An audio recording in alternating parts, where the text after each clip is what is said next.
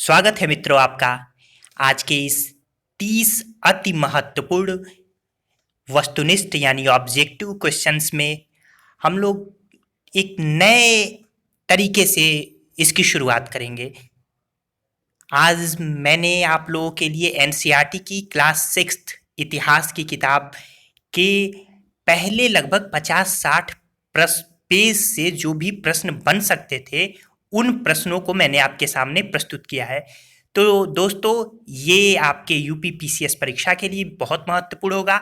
आइए प्रश्न चलते हैं, फिर बीच में जो भी और इंस्ट्रक्शन होंगे वो मैं आपको देता रहूँगा।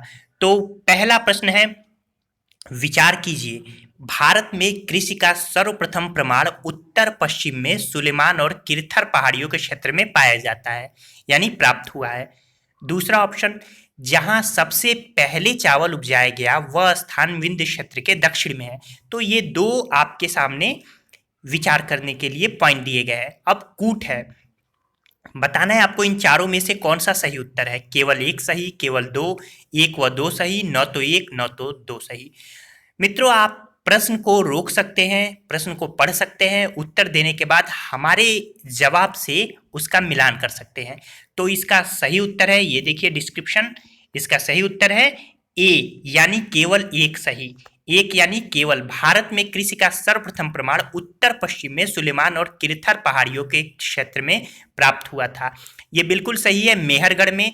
दूसरा है, जहां सबसे पहले चावल उगाया गया वह स्थान विंध्य क्षेत्र के दक्षिण में है। नहीं, जहां सबसे पहले चावल उगाया गया तो ये जो क्षेत्र है कोल्डिहवा, तो कोल्डिहवा विंध्य के उत्तर में है, इलाहाबाद में माना जाता है, इलाहाबाद के क्षेत्र में। तो ये जो है विंध्य के यानी विंध्य की जो पर्वत श्रृंखला है उसके उत्तर में है। आप मैप में देखेंगे तो विंध्य के दक्षिण में नहीं बल्कि विंध्य के उत्तर में ही, विंध्य की जो पर्वतमाला है वो मध्य प्रदेश में फैली हुई है। आइए देखते हैं आज का दूसरा प्रश्न। एक और बात दोस्तों कि अब इसके डिस्क्रिप्शन के लिए हमारे अतीत जो आपका 6th की एनसीईआरटी है इतिहास की नई वाली, उसके पेज नंबर 2 पे पढ़िए। ये पढ़ने का मैं आपको एनसीईआरटी तरीका बता रहा हूँ, इसी तरीके से आप सारी पुस्तकों को पढ़ना सीखिए। अगला दूसरा क्वेश्चन है, पहला इसमें भी विचार करना है, पांडुलिपियां हाथ से लिखी हुई पुस्तकें हैं जो प्रायः मंदिरों और विहारों में प्राप्त होती हैं। दूसरा है, अधिकांश पांडुलिपियां पाली या तेलुगु में लिखी गई। अब इस चार ऑप्शन है, इसका सही उत्तर है, यहां देखते हैं, केवल एक। पांडुलिपियां प्रायः ताड़पत्रों या भोजपत्रों पर लिखी मिली है। ये संस्कृत, प्राकृत और तमिल में लिखी गई है, जबकि इसमें लिखा गया है पाली और तेलुगु में। तो यहाँ पे संस्कृत, प्राकृत और तमिल। तो ये हमारे अतीत पेज 3 पे इसका डिस्क्रिप्शन देखिए, डिटेल में पढ़िए। इसके बाद से अगला क्वेश्चन आपके सामने है, तीसरा, अफगानिस्तान के कांधार से प्राप्त अशोक के अभिलेख ब्राह्मी लिपि में है। दूसरा है, अशोक की ब्राह्मी लिपि को सर्वप्रथम पढ़ने का श्रेय जेम्स प्रिंसेप को है। इन चारों में कौन सही उत्तर है, आइए देख लेते हैं। तो इसका सही उत्तर है केवल दो, यानी कंधार से प्राप्त अशोक के अभिलेख यूनानी तथा अरमाइक लिपि के हैं, जबकि यहाँ क्या दिया है, कंधार से प्राप्त अशोक के अभिलेख ब्राह्मी लिपि के हैं। ये गलत है, किसमें है, यूनानी तथा अरमाइक लिपि। तो सामने लिखा हुआ है हमारे अतीत 1 पेज 5, अब वहां से आप स्रोत ले सकते हैं। अगला है, विचार करें, हुंसगी तथा कुरनूल गुफाएं वे पुरा स्थल हैं जहां पर आखेटक खाद्य संग्राहकों के होने के प्रमाण मिले हैं। दूसरा है, दाओजली हेडिंग पश्चिम बंगाल में स्थित एकमात्र नवपाषाणिक पुरास्थल है। तीसरा है, मध्य पाषाण काल का निर्धारण जलवायु परिवर्तन के आधार पर किया गया है। इसका सही उत्तर क्या होगा, एक बार पढ़ लीजिए। आइए हम लोग सही उत्तर की तरफ चलते हैं। तो इसका सही उत्तर होगा 1 व 3, यानी हुंस, इसका डिस्क्रिप्शन देख लेते हैं। हुंसी व कुरनूल गुफाएं ये पूरा पाषाणिक पुरास्थल है, कुरनूल से राख के अवशेष मिले हैं। और इसमें क्या लिखा है, हुंसी व कुरनूल गुफाएं वे पुरास्थल है जहां पर आखेटक खाद्य संग्राहकों के होने के प्रमाण मिले हैं। तो पहला सही हो गया। दूसरा, दाओजली हेडिंग पश्चिम बंगाल में स्थित एकमात्र नवपाषाणिक पुरास्थल है, जबकि दाओजली हेडिंग ब्रह्मपुत्र घाटी वर्तमान असम व त्रिपुरा सीमा पर स्थित है। ठीक है, तो 1 और 3 इसका सही उत्तर। अगला प्रश्न है, सुमेलित करना है, कौन सा इसमें सुमेलित है इन चारों में से। शुतुरमुर्ग के अंडों के अवशेष, होंसगी गर्तावास के प्रमाण, हल्लूर कर्नाटक, कपास की खेती के प्रमाण, नवपाषाण काल और एक कब्र में मृतक के साथ बकरी का प्रमाण। तो इन चारों में सही उत्तर कौन सा है सुमेलित? आइए सही उत्तर देख लेते हैं इसका। तो सही उत्तर है इसका कपास की खेती नवपाषाण काल। यहाँ देखिए कपास की खेती नवपाषाण का डिस्क्रिप्शन देख लीजिए। शुतुरमुर्ग का जो प्रमाण मिला है वो पटने यानी महाराष्ट्र से मिला है, पटने एक स्थान है। फिर गर्तावास यानी जमीन के अंदर घरों का प्रमाण बुर्जहोम से मिला है, और गुफकाल से यानी गुफकराल से मिला है जो कि जम्मू कश्मीर में है। इसके बाद मृतक के साथ बकरी को दफनाए जाने का प्रमाण मेहरगढ़ से मिला है। परलोक में मृतक के भोजन हेतु संभवतः यह बकरी दफन की गई होगी। तो पेज नंबर आपके सामने है 18, पेज नंबर 18, 26, 27 और 29 पे ये सभी पॉइंट दिखेंगे। इसके बाद आते हैं अगले क्वेश्चन की तरफ। छठा, मनुष्य ने सर्वप्रथम जिस पशु को पालतू बनाया वह जंगली कुत्ता था, यह किस काल की घटना है? तो यह किस काल की घटना है? जी हाँ दोस्तों, इसका सही उत्तर है मध्य पाषाण काल। मित्रों 6 क्वेश्चन पे हमने डिस्कस कर लिया, आगे की तरफ बढ़ेंगे उससे पहले अगर आप चैनल पे नए हैं तो चैनल को सब्सक्राइब करना ना भूलिएगा, और अगर जो भी आपको दिक्कत हो तो कमेंट के माध्यम द्वारा हमें जरूर सूचित कीजिए। आइए अगले प्रश्न की तरफ बढ़ते हैं। सभ्यता के विकास की कहानी पूरा पाषाण काल, मध्य पाषाण काल तथा नव पाषाण काल विभाजित करके समझी जा सकती है। विभाजन का यह आधार सर्वाधिक समीचीन प्रतीत होता है। यानी किस संदर्भ में समीचीन प्रतीत होता है? जलवायु परिवर्तन के आधार पर, औजारों के आधार पर, कृषि के आधार पर, उपर्युक्त में से कोई नहीं। जी हाँ दोस्तों, इसका सही उत्तर है औजारों यानी पत्थर के आधार पर। 8वां प्रश्न है, निम्नलिखित में से नवपाषाण युग की विशेषता नहीं है। प्रसिद्ध पुरास्थल चताल युग तुर्की में है, सीरिया से लाया गया चकमक पत्थर, लाल सागर की कौड़िया और भूमध्य सागर के चूना पत्थर। तो इसका सही उत्तर क्या होगा? इसमें पूछ रहा है कौन सी विशेषता नहीं है, फिर से समझ लीजिए। ए है प्रसिद्ध पुरास्थल चताल युग कहाँ है? तुर्की में है। तो इसका सही उत्तर है जो विशेषता नहीं है ये है डी। तो ये डी क्या है? भूमध्य सागर के चूना पत्थर। ये नवपाषाण काल की विशेषता नहीं है, भूमध्य सागर से सीपियां लाई गई हैं, चूना पत्थर नहीं। अगला प्रश्न है, सुमेलित नहीं है इसमें से ये भी बताना है। बृहद स्नानागार, मोहनजोदड़ो, अग्निकुंड, कालीबंगा व लोथल। उपमहाद्वीप में पाए गए लेखन का प्राचीनतम उदाहरण हड़प्पा की मोहरें और कपास की खेती लहुरा देव। तो ये सब आप समझ ही गए होंगे कि हम लोग सिंधु घाटी सभ्यता में हैं। बाकी पेज नंबर आपके सामने है, आप एनसीईआरटी से संदर्भित कर सकते हैं। तो ये कौन सा सुमेलित नहीं है देख लेते हैं, डी यानी कपास की खेती लहुरा देव। संभवतः 7000 साल पहले मेहरगढ़ में कपास की खेती होती थी। जो ये लहुरा देव है ये सुमेलित नहीं है। आगे चलते हैं। देखिए दोस्तों, आजकल नए नवीन रूप से लहुरा देव से संबंधित प्रश्न आता है। संत कबीर नगर के क्षेत्र में ये लहुरा देव पड़ता है। यहाँ पे चावल का सर्वप्रथम प्रमाण माना गया। अगर आपके ऑप्शन में कोल्डिहुआ और लहुरा देव दोनों दे तो आपका सही उत्तर होगा चावल का सर्वप्रथम प्रमाण मिला है लहुरा देव में, और अगर लहुरा देव न हो तो कोल्डिहुआ लगाइएगा। अगला प्रश्न देख लीजिए, आपके सामने आपकी स्क्रीन पे है, ये है 10वां।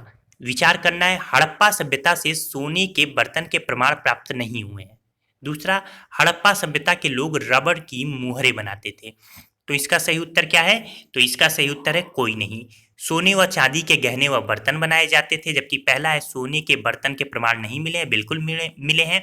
हड़प्पा सभ्यता के लोग रबड़ की मुहरें बनाते थे, गलत है। जबकि हड़प्पा सभ्यता के लोग पत्थर की मुहरें बनाते थे तथा आयताकार मुहरों पर जानवरों के चित्र मिलते हैं। अगला प्रश्न देख लेते हैं, फेयंस का इस्तेमाल हड़प्पा सभ्यता में मनके, चूड़ियां, बाल और छोटे बर्तन बनाने में किया जाता था। फेयंस के संबंध में निम्नलिखित में कौन सा कथन सत्य नहीं है? ए, इन्हें कृत्रिम रूप से तैयार किया जाता है। बी, इनके निर्माण में बालू या स्फटिक पत्थरों के चूड़ का प्रयोग किया जाता था। सी है, इनका रंग प्रायः नीला या हल्का समुद्री रंग होता था। और डी है, इन्हें अधिकांश ओमान से मंगाया जाता था। तो इसका सही उत्तर क्या होगा? यहां देख लेते हैं, डी, पश्चिम एशियाई देश ओमान से तांबे का आयात किया जाता था। तो ये पूछ रहा है कि सत्य नहीं है, तो डी सत्य नहीं है। ओमान से ये नहीं मंगाया, बल्कि ओमान से क्या मंगाया था? तांबा मंगाया जाता था। अगला 12वां प्रश्न है, हड़प्पा सभ्यता के संदर्भ में विचार करना है। पहला है, बहुमूल्य पत्थर का आयात गुजरात और अफगानिस्तान से किया जाता था। जमीन की जुताई के लिए हल का प्रयोग प्रथम बार किया गया। इस क्षेत्र में बारिश कम होती थी। तो इसका सही उत्तर क्या होगा दोस्तों? तीनों ही इसका सही उत्तर होगा। अगला प्रश्न है, हड़प्पाकालीन विशेषताओं के संदर्भ में सुमेलित नहीं है। बाजरे के दाने गुजरात से मिले हैं, मिट्टी के बने हल बनावली से मिले हैं, जूते खेत का साक्ष्य कालीबंगन से, और नहरों के अवशेष लोथल से। तो कौन सा सुमेलित नहीं है? तो इसको देख लेते हैं, डी, नहरों के अवशेष शोरतुगुई अफगानिस्तान से प्राप्त हुए हैं, बनावली हरियाणा में है, कालीबंगा राजस्थान में है, जबकि लोथल गुजरात में है। आगे देखते हैं अगला प्रश्न। विचार करना है, धौलावीरा जो कि गुजरात से मिले जलाशयों का प्रयोग संभवतः कृषि के लिए जल संचयन हेतु किया जाता था। दूसरा है, जहां हड़प्पा सभ्यता के कई नगर 2 भागों में विभाजित थे, वहीं धौलावीरा को 3 भागों में बांटा गया था। इन दोनों में कौन सही है? सही उत्तर देख लेते हैं, दोनों ही सही है। अगला प्रश्न है आपके सामने स्क्रीन पे, सबसे पहले खोजा गया हड़प्पाई नगर कौन सा था?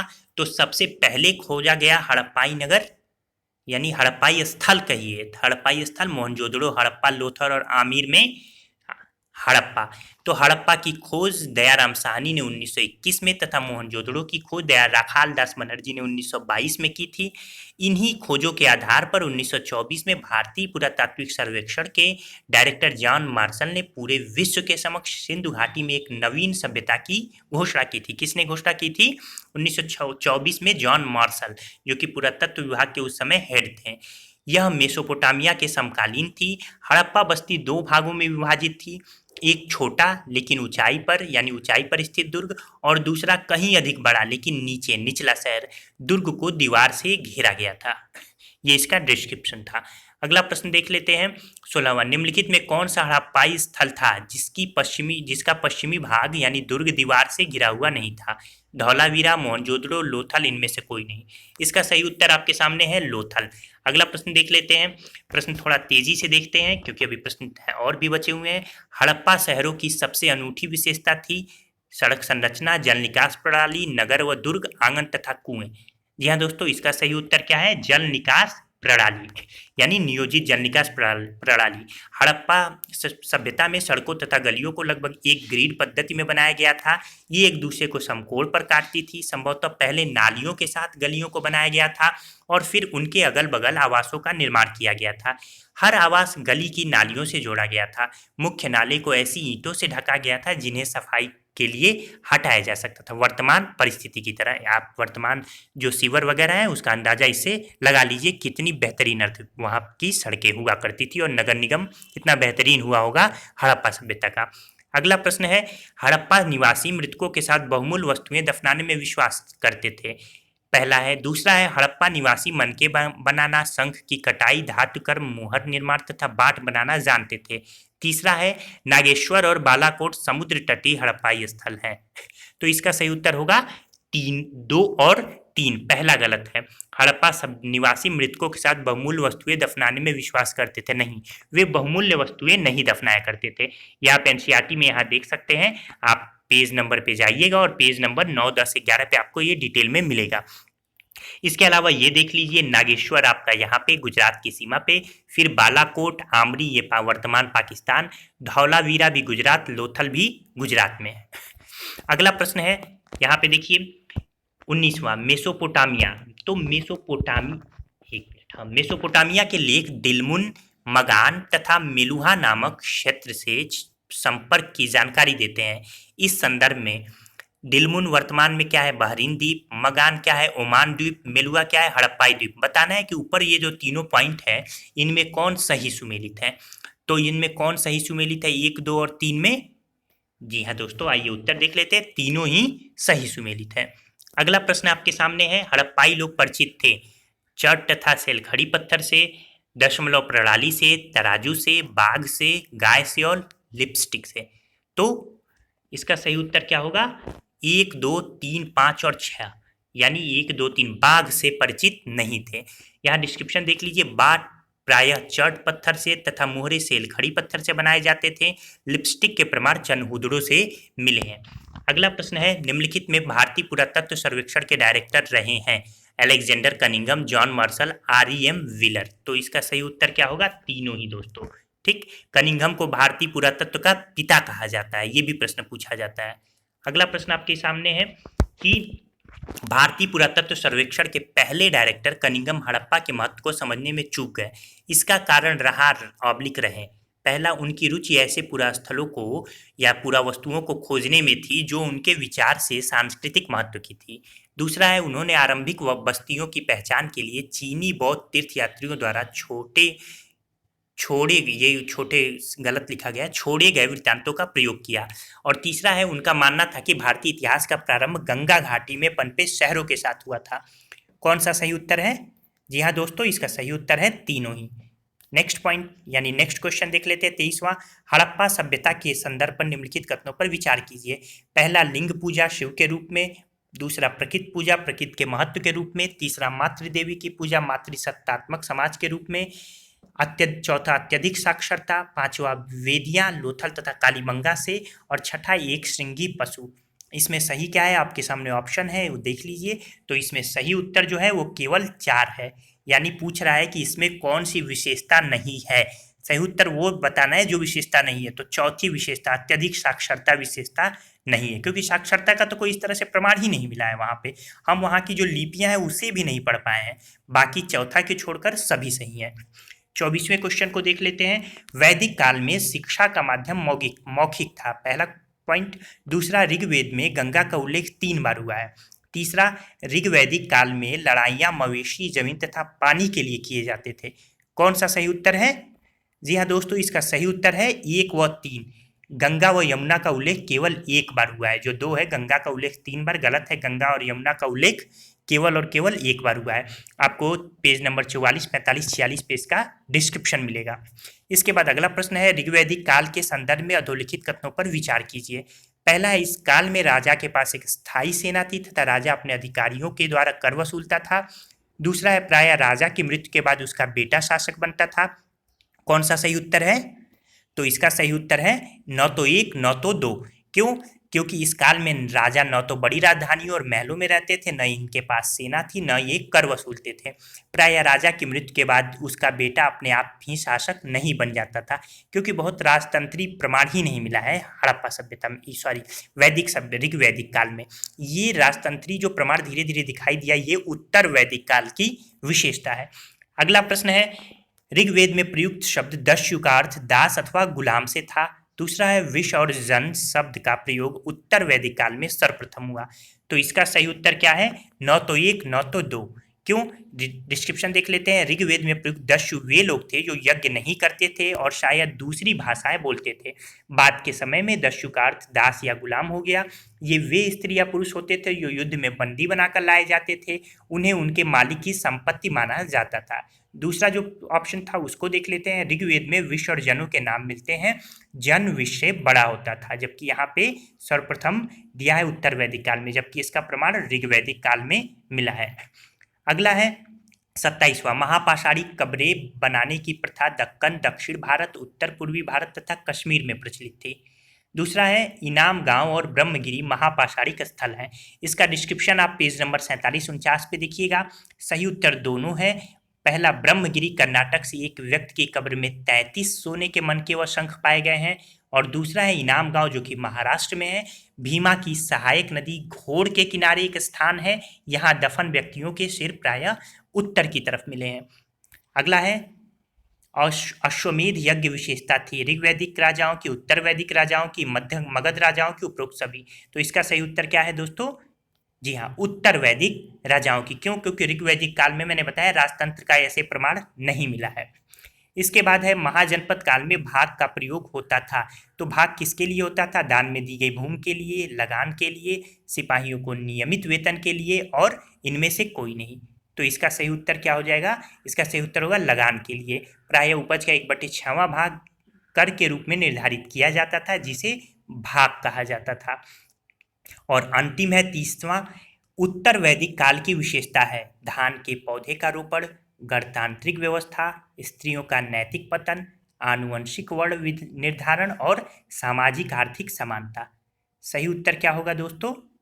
तो सही उत्तर इसका होगा 1, 3 और 4, यानी धान के पौधे का रोपण, फिर गणतांत्रिक व्यवस्था, और ये 1, 3, 4 यानी सी, तो धान के पौधे का रोपण ये उत्तर वैदिक काल की विशेषता थी। फिर स्त्रियों का नैतिक पतन भी होने लगा। इसके बाद से आनुवंशिक वर्ण निर्धारण हो चुका था। ऋग्वेद के 10वें मंडल में वर्ण व्यवस्था का प्रमाण पुरुष सूक्त में दिखाई देता है। तो दोस्तों आज के ये 30 बहुत बेहतरीन और इम्पॉर्टेंट क्वेश्चन मैंने आपके सम्मुख रखे। आज का ये लेक्चर आपको कैसा लगा, ये पूरा कंटेंट कैसा लगा, कमेंट के माध्यम द्वारा हमें सूचित कर सकते हैं। इसके अलावा हमारे प्लेलिस्ट में जाकर अन्य वीडियोस भी आप देख सकते हैं। इतिहास, आधुनिक भारत, अर्थव्यवस्था, हिंदी, ये सभी लेक्चर्स मैं लगातार प्रोवाइड कर रहा हूँ। ठीक है दोस्तों, अपना ध्यान रखिए। नमस्कार।